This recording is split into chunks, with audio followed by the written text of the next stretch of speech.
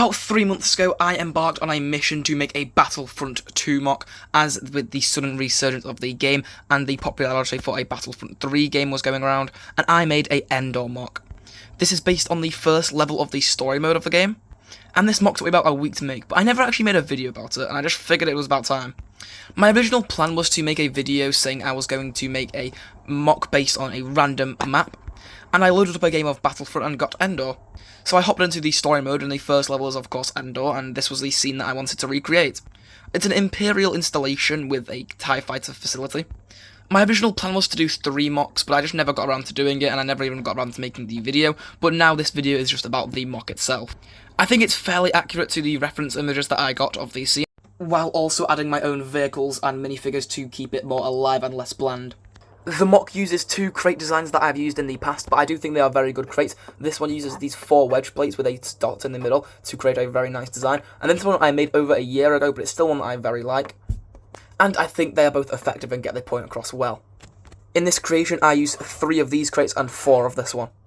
For this mock, I bought an Iden Versio minifigure. It cost about £4, it's worth about 8, so I actually did get a good deal. This means that the mock is accurate to the story, but also like separate missions that you do, and I think that's really cool.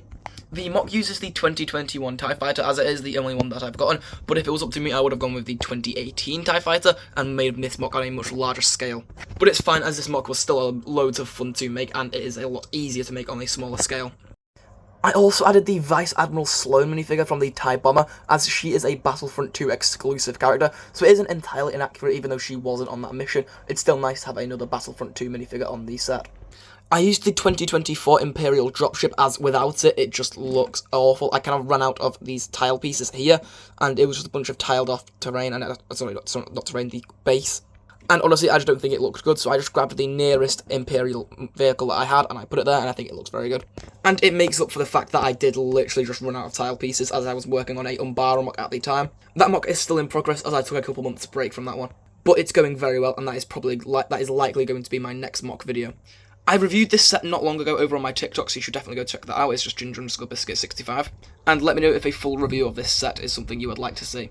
This corner here is also where I implemented that crate design, which I think looks very good. Around the back it is just another full studded design. You can see that is where I just compromised it because I ran out of tiles.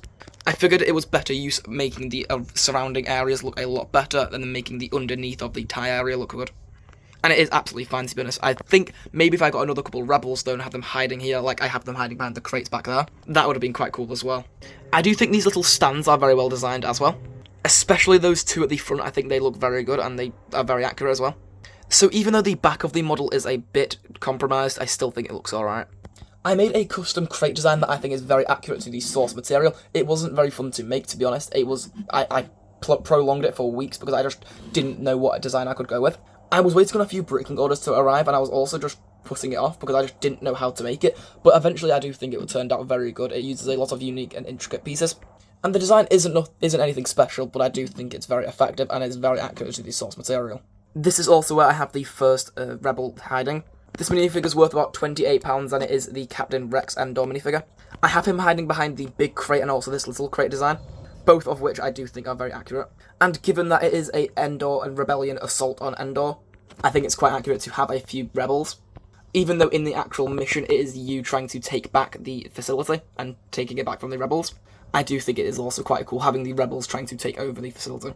Behind these 3 crates over here, I have the other rebel hidden, and I think it makes for a very cool mock dynamic of all these other Imperials just working together and, you know, maintaining the facility, while unbeknown to them there is some rebels hiding in their facility.